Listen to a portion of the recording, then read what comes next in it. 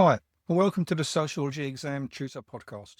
My name is Brian, and I'm a GCSE and A-level Sociology tutor and examiner. Studying for GCSE or A-level Sociology can be challenging. So much content and new concepts to learn, but I'm on a mission to make it easier for you. Each episode will cover information and tips on each topic that you will need to know to improve your exam grades. So make sure you tune in each week to learn new content and discover how to improve your grades. So, let's get started. Hi, today we're going to look at social action theories. When you first started sociology, you probably looked at structural theories like Marxism and functionalism.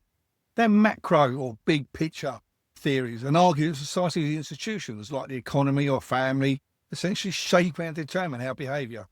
We're seen as puppets dancing to the tune of social structure. Social action theories actually flip this on its head. They are micro-sociology and argue that society is not a powerful thing outside of us, but a product of the daily meaningful actions and interactions of individuals. Instead of society determining us, we determine society. The key difference is the concept of agency. Social action theories see individuals as active agents. We have free will and attach meaning to our actions. They ask, why do people act? Not just what forces them to act. Max Weber and the idea of frustration come into this. Our starting point has to be German sociologist Max Weber, often considered to be the founder of social action theory. Weber agreed that structures exist, but argued that to truly understand society, we must understand the individual meaning and motive behind social action. He called this methodological approach frustration. This is a German word that means empathetic or interpretive understanding. Think about this. A positivist sociologist might observe a student studying for 12 hours a day. They might correlate this with high exam scores. But a Weberian sociologist would use frustration to ask, why is that student doing it? Are they motivated by what he called instrumental rational action? In other words, they study hard because it's the most efficient way to a specific goal, like a high-paying job? Or do they study hard because they believe that education is inherently a worthwhile and moral pursuit, regardless of the job outcome?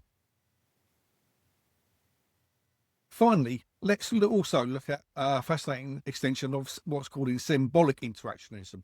Irving Goffman's dramaturgy. Goffman used the metaphor of the theatre to explain social life. We are all actors, he argued, and society is a stage. We engage in impression management, constantly manipulating our performance to project a desired image to our audience.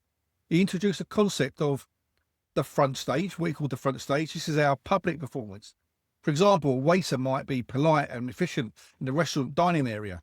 And also, there's what's called the backstage. This is where we can drop the act and be our true selves away from the audience. For example, the waiter complaining about a difficult customer when he's in the kitchen. Goffman highlighted that our identity isn't a fixed thing, but something we are actively performing in every social interaction.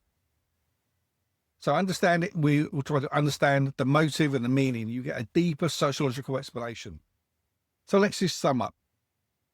Social action theories are micro level, focusing on the individual interaction.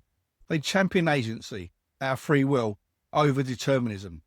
And Weber gave us frustration, the need to understand the individual motive and meaning, and Goffman's dramaturgy views social life as a performance, with individuals managing their impressions on the front stage. Critics obviously argue that these theories ignore the structural forces like class and inequality that limit our choices, but they remain a vital part of sociological theory, reminding us that society is always being made and remade by us. I hope you found that useful.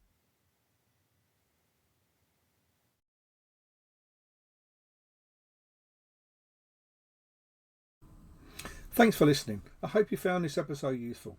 Don't forget to hit subscribe and share a review if you found this episode particularly helpful. And if you want me to help you individually to help improve your sociology grades, then please get in touch. My contact details are in the show notes. See you in the next episode.